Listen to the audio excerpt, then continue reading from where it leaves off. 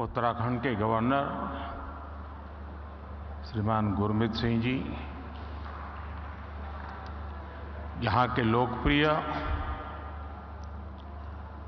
और युवा मुख्यमंत्री श्रीमान पुष्कर सिंह धामी, सरकार के मंत्रीगण, विभिन्न देशों के प्रतिनिधिगण, उद्योग जगत के महानुभाव, देवियों और सज्जनों, देवभूमि उत्तराखंड में आकर मन धन्य हो जाता है।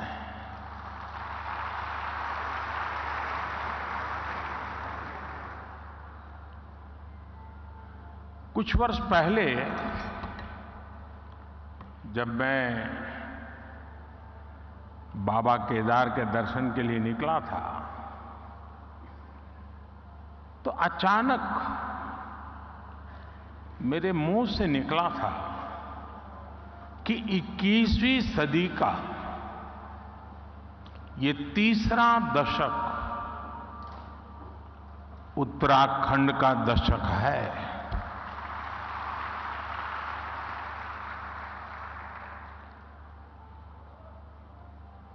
और मुझे खुशी है कि अपने उस कथन को मैं लगातार चरितार्थ होते हुए देख रहा हूं। आप सभी को भी इस गौरव से जुड़ने के लिए, उत्तराखंड की विकास यात्रा से जुड़ने का एक बहुत बड़ा अवसर मिल रहा है। बीते दिनों उत्तरकाशी में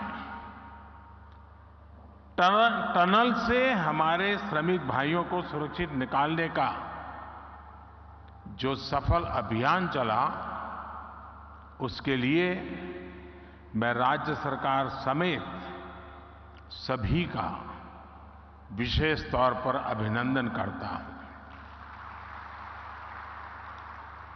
साथियों, उत्तराखंड वो राज्य है जहां आपको डिविनिटी और डेवलपमेंट दोनों का अनुभव एक साथ होता है। और मैंने तो उत्तराखंड की भावनाओं और संभावनाओं को निकट से देखा है, मैंने उसे जिया है, अनुभव किया है। एक कविता मुझे याद आती है जो मैंने उत्तराखंड के लिए कही थी। जहां अंजुलि में गंगा जल हो, जहां अंजुलि में गंगा जल हो, जहां हर एक मन बस निश्चल हो,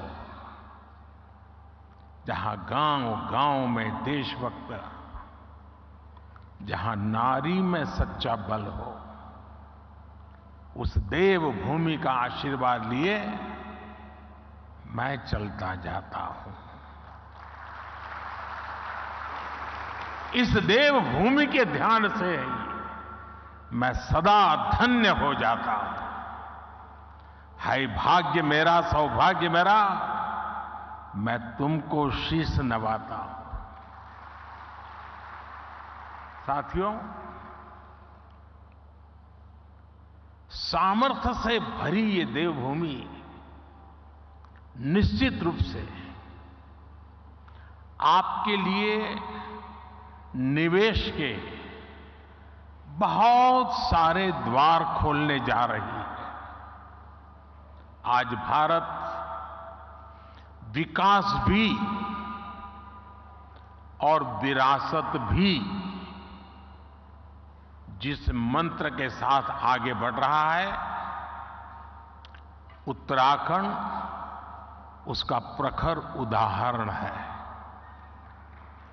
साथियों, आप सभी बिजनेस की दुनिया के दिग्गज हैं। और जो बिजनेस की दुनिया के लोग रहते हैं वो जरा अपने काम का स्वॉट एनालिसिस करते हैं। आपकी एकदम कंपनी की ताकत क्या है, कमजोरी क्या है, अवसर क्या है, चुनौतियां क्या है, और आप उसका आकलन कर करके अपनी आगे की रणनीति बनाते हैं। एक राष्ट्र के रूप में आज हम भारत को लेकर ऐसी ही स्वॉट एनालिसिस करें तो क्या पाते हैं? हमें चारों तरफ aspirations, hope, self confidence, innovation और अपॉर्चुनिटी ही दिखेगी। आपको आज देश में पॉलिसी ड्रिवन गवर्नेंस दिखेगी। आपको आज पॉलिटिकल स्टेबिलिटी के लिए देशवासियों का मजबूत आग्रह दिखेगा। आकांक्षी भारत आज अस्थिरता नहीं चाहता, वो स्थिर सरकार चाहता है। हाल में हुए विधानसभा चुनाव में भी हमने ये देखा है, और उत्तराखंड ने लोगों ने पहले ही करके दिखाया है। जनता ने स्थिर और मजबूत सरकारों के लिए जनादेश दिया है। जनता ने गुड गवर्नेंस के लिए वोट दिया, गवर्नेंस के ट्रैक रिकॉर्ड के आधार पर वोट दिया है। आज भारत और भारतीयों को दुनिया जिस उम्मीद और सम्मान से देख रही है, और अभी सभी उद्योग जगत के लोगों ने इस बात का जिक्र भी किया, हर भारतीय एक दायित्व के रूप में इसे ले रहा है। हर देशवासी को लगता है कि विकसित भारत का निर्माण उसकी अपनी जिम्मेदारी है, हर देशवासी की जिम्मेदारी है। इसी आत्मविश्वास का परिणाम है कि कोरोना महासंकट और युद्धों के संकट के बावजूद भारत इतनी तेजी से विकसित हो रहा है। आपने देखा है कि कोरोना वैक्सीन हो या फिर इकोनॉमी पॉलिसीज, भारत ने अपनी नीतियां, अपने सामर्थ्य पर भरोसा किया। उसी कारण आज भारत बाकी बड़ी अर्थव्यवस्थाओं की तुलना में अलग ही लीग में दिखता है। राष्ट्रीय स्तर पर भारत की इस मजबूती का फायदा उत्तराखंड समेत देश के हर राज्य को हो रहा है।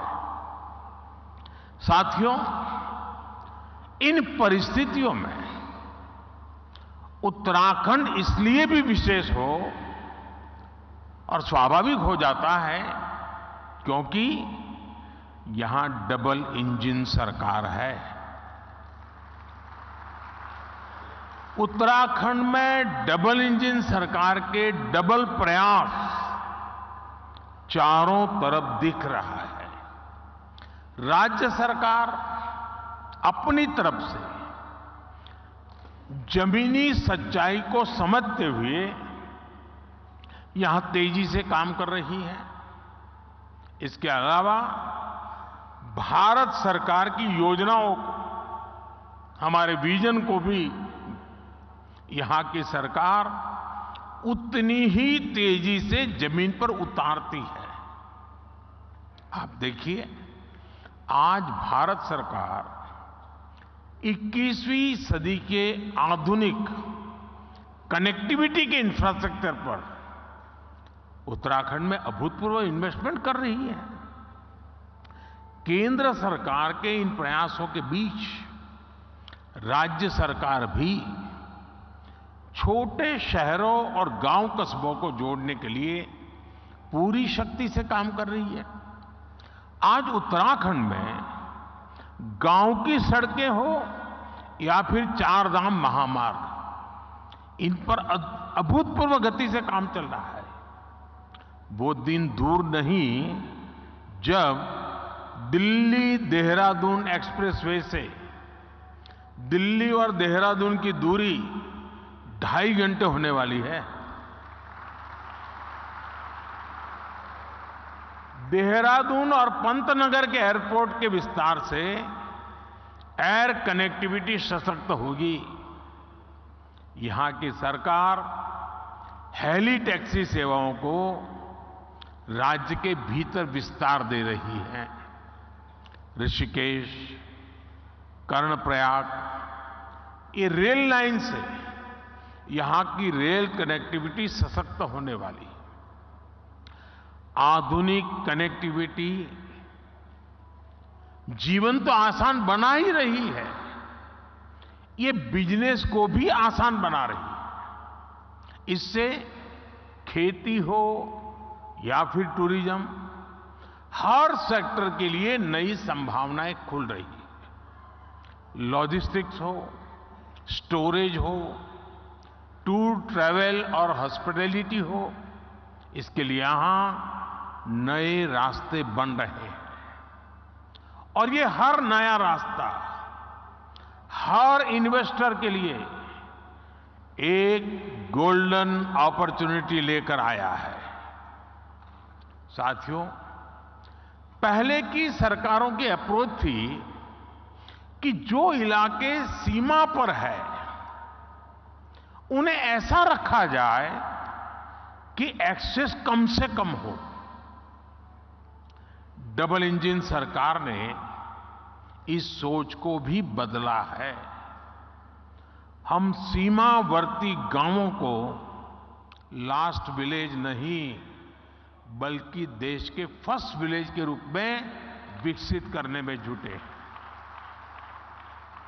हमने एस्पिरेशनल डिस्ट्रिक्ट प्रोग्राम चलाया, अब एस्पिरेशनल ब्लॉक प्रोग्राम चला रहे हैं। ऐसे गांव, ऐसे क्षेत्र जो विकास के हर पहलू में पीछे थे, उन्हें आगे लाया जा रहा है। यानी हर इन्वेस्टर के लिए उत्तराखंड में बहुत सारा ऐसा अनटैप पोटेंशियल है जिसका आप ज्यादा से ज्यादा लाभ उठा सकते हैं। साथियों, डबल इंजन सरकार की प्राथमिकताओं का उत्तराखंड को कैसे डबल फायदा मिल रहा है, इसका एक उदाहरण टूरिज्म सेक्टर भी है। आज भारत को देखने के लिए भारतीयों और विदेशियों दोनों में अभूतपूर्व उत्साह देखने को मिल रहा है। हम पूरे देश में थीम बेस्ड टूरिज्म सर्किट तैयार कर रहे हैं। कोशिश ये है कि भारत के नेचर और हेरिटेज दोनों से ही दुनिया को परिचित कराया जाए। इस अभियान में उत्तराखंड टूरिज्म का एक सशक्त ब्रांड बनकर उभरने वाला है। यहां नेचर, कल्चर, हेरिटेज सब कुछ है। यहां योग, आयुर्वेद, तीर्थ, एडवेंचर स्पोर्ट्स, हर प्रकार की संभावनाएं हैं। इन्हीं संभावनाओं को एक्सप्लोर करना और उन्हें अवसरों में बदलना, ये आप जैसे साथियों की प्राथमिकता जरूर होनी चाहिए। और मैं तो एक और बात कहूंगा, शायद यहां जो लोग आए हैं उनको अच्छा लगे बुरा लगे, लेकिन यहां कुछ लोग ऐसे हैं कि जिनके माध्यम से उन तक तो मुझे बात पहुंचानी है, लेकिन उनके माध्यम से उन तक भी पहुंचानी है जो यहां नहीं है। खास करके देश के धन्ना सेठों को मैं कहना चाहता हूं, अमीर लोगों को कहना चाहता हूं, मिलियनर बिलियनर से कहना चाहता हूं हमारे यहाँ माना जाता है, कहा जाता है, जो शादी होती है ना, वो जोड़े ईश्वर बनाता है, ईश्वर तय करता है जोड़ा। मैं समझ नहीं पा रहा हूं, जोड़े जब ईश्वर बना रहा है तो जोड़ा अपने जीवन की यात्रा उस ईश्वर के चरणों में आने के बजाय विदेश में जाकर के क्यों करता है?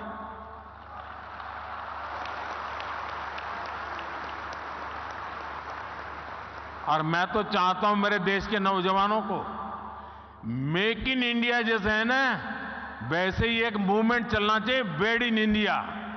शादी हिंदुस्तान में करो। ये दुनिया के देशों में शादी कर ले, ये हमारे सारे धन्ना सेठ आजकल फैशन हो गई है। यहां कई लोग बैठे होंगे, अब नीचे देखते होंगे।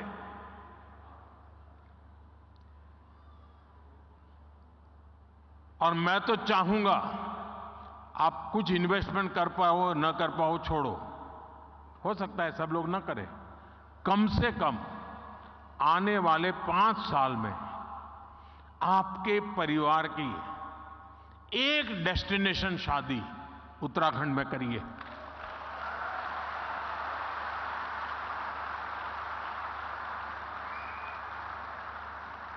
अगर एक साल में 5000 भी शादियां यहां होने लग जाए ना, नया इंफ्रास्ट्रक्चर खड़ा हो जाएगा दुनिया के लिए, ये बहुत बड़ा वेडिंग डेस्टिनेशन बन जाएगा। भारत के पास इतनी ताकत है, मिलकर के तय करे कि ये करना है, हो जाएगा जी, इतना सामर्थ्य है। साथियों, बदलते हुए समय में आज भारत में भी परिवर्तन की एक तेज हवा चल रही है। बीते 10 वर्षों में एक आकांक्षी भारत का निर्माण हुआ है। देश की एक बहुत बड़ी आबादी थी जो अभाव में थी, वंचित थी, वो असुविधाओं से जुड़ी है। अब वो उन सारी मुसीबतों से निकल करके सुविधाओं के साथ जुड़ रही है, नए अवसरों से जुड़ रही है। सरकार की कल्याणकारी योजनाओं की वजह से 5 साल में 13.5 करोड़ से ज्यादा लोग गरीबी से बाहर आए हैं। इन करोड़ों लोगों ने अर्थव्यवस्था को एक नई गति दी है। आज भारत के भीतर कंजम्पशन बेस्ड इकोनॉमी तेजी से आगे बढ़ रही है। एक तरफ आज न्यू मिडिल क्लास है जो गरीबी से बाहर निकल चुका है, जो नया नया गरीबी से बाहर निकला है वो अपने जरूरतों पर ज्यादा खर्च करने लगा है। दूसरी तरफ मिडिल क्लास है जो अपनी आकांक्षाओं की पूर्ति पर, अपनी पसंद की चीजों पर भी ज्यादा खर्च कर रहा है। इसलिए हमें भारत के मिडिल क्लास की पोटेंशियल को समझना होगा। उत्तराखंड में समाज की ये शक्ति भी आपके लिए बहुत बड़ा मार्केट तैयार कर रही है। साथियों, मैं आज उत्तराखंड सरकार को house of Himalaya brand launch करने के लिए बहुत बहुत बधाई देता हूं। ये उत्तराखंड के लोकल उत्पादों को विदेशी बाजारों में स्थापित करने के लिए बहुत अभिनव प्रयास है। ये हमारी वोकल फॉर लोकल और लोकल फॉर ग्लोबल की अवधारणा को और मजबूत करता है। इससे उत्तराखंड के स्थानीय उत्पादों को विदेशी बाजारों में पहचान मिलेगी, नया स्थान मिलेगा।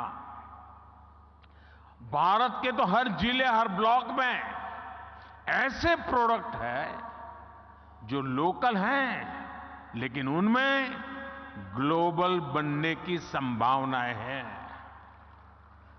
मैं अक्सर देखता हूं कि विदेशों में कई बार मिट्टी के बर्तन को भी बहुत स्पेशल बनाकर प्रस्तुत किया जाता है।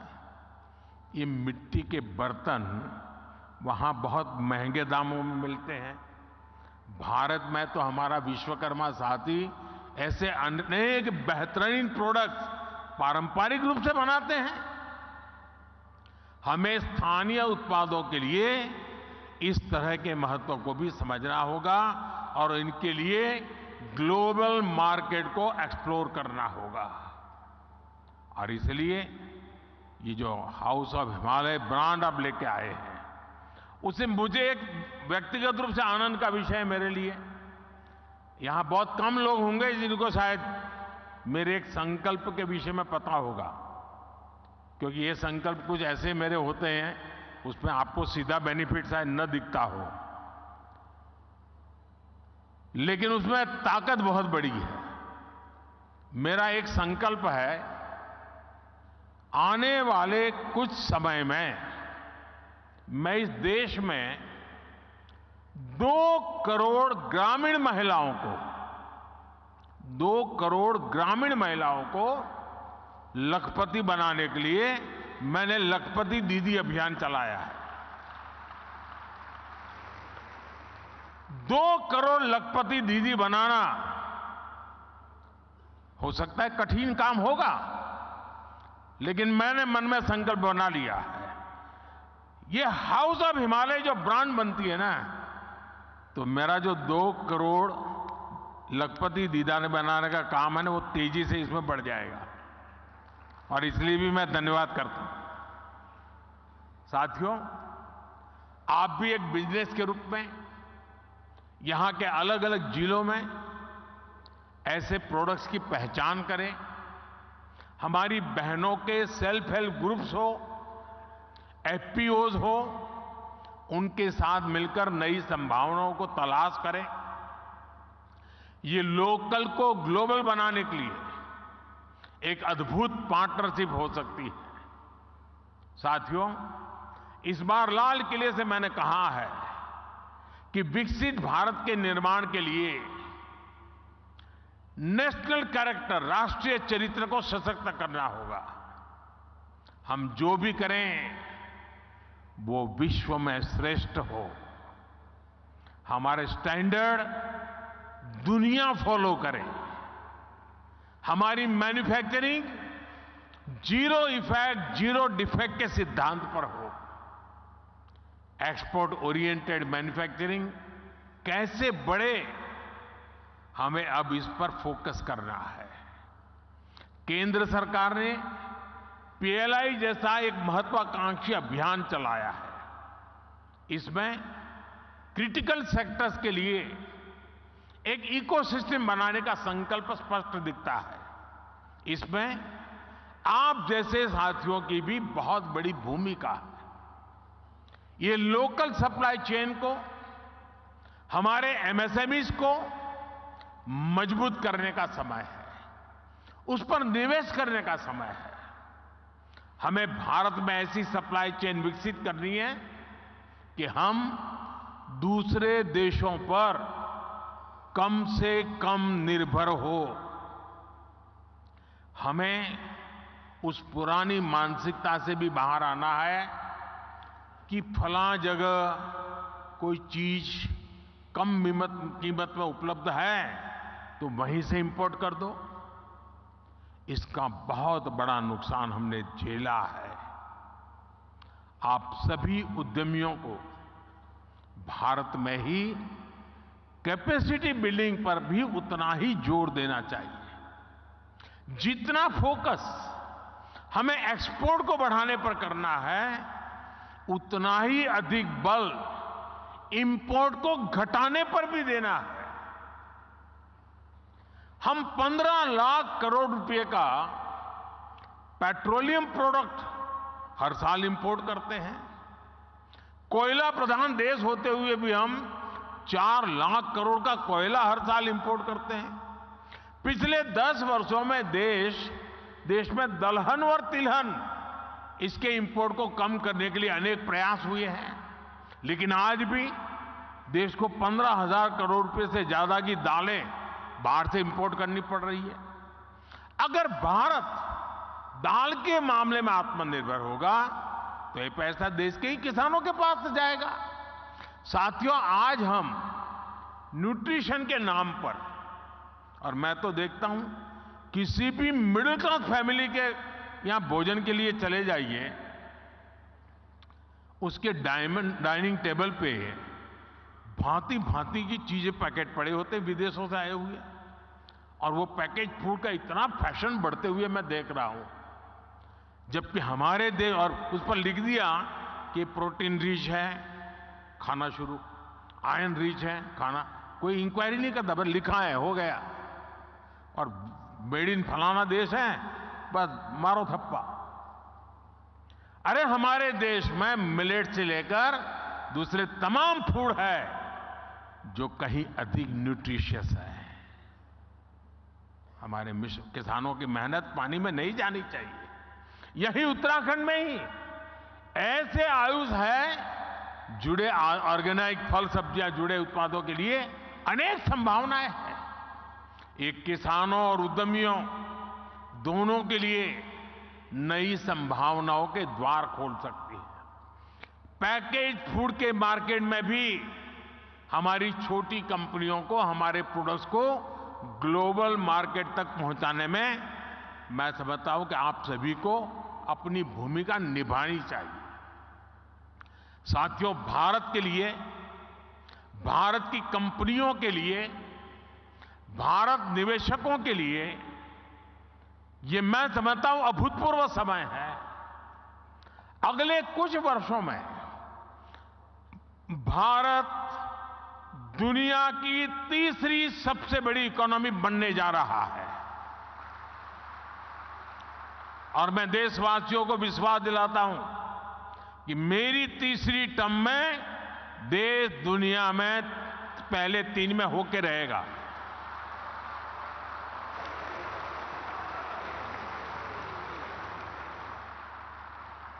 स्थिर सरकार, सपोर्टिव पॉलिसी सिस्टम, रिफॉर्म से ट्रांसफॉर्म की मानसिकता और विकसित होने का आत्मविश्वास, ऐसा संयोग पहली बार बना है। इसलिए मैं कहता हूं यही समय है, सही समय है, ये भारत का समय है। मैं आपका आह्वान करूंगा, उत्तराखंड के साथ चलकर अपना भी विकास करिए और उत्तराखंड के विकास में भी सहयोगभागी जरूर बनिए। और मैं हमेशा कहता हूं, हमारे यहां सालों से एक कल्पना बनी हुई है, बोला जाता है कि पहाड़ की जवानी और पहाड़ का पानी पहाड़ के काम नहीं आता है। पहाड़ की जवानी और पहाड़ का पानी पहाड़ के काम नहीं आता है। जवानी रोजी रोटी के लिए कहीं चली जाती है, पानी बह करके कहीं पहुंच जाता है। लेकिन मोदी ने ठान ली है, अब पहाड़ की जवानी पहाड़ के काम भी आएगी और पहाड़ का पानी भी पहाड़ के काम आएगा।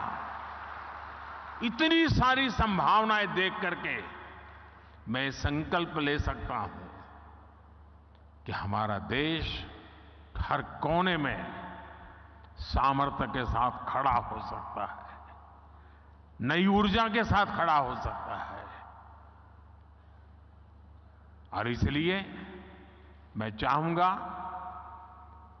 कि आप सभी साथी इस अवसर का अधिकतम लाभ उठाएं, नीतियों का फायदा उठाइए।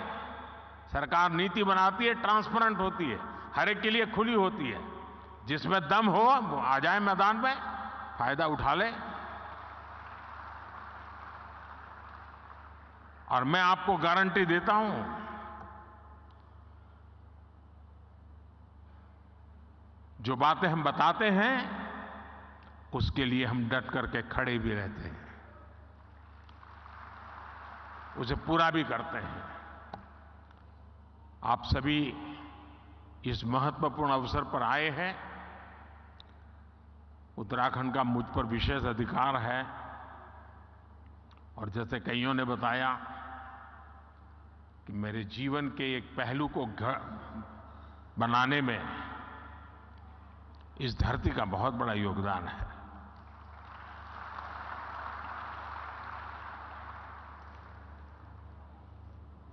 अगर उसे कुछ लौटाने का अवसर मिलता है तो उसका आनंद भी कुछ और होता है। और इसलिए मैं आपको निमंत्रित करता हूं, आइए इस पवित्र धरती की चरण माथे पर लेकर के चल पड़िए। आपकी विकास यात्रा में कभी कोई रुकावट नहीं आएगी। ये इस भूमि के आशीर्वाद है। बहुत बहुत धन्यवाद, बहुत बहुत शुभकामनाएं।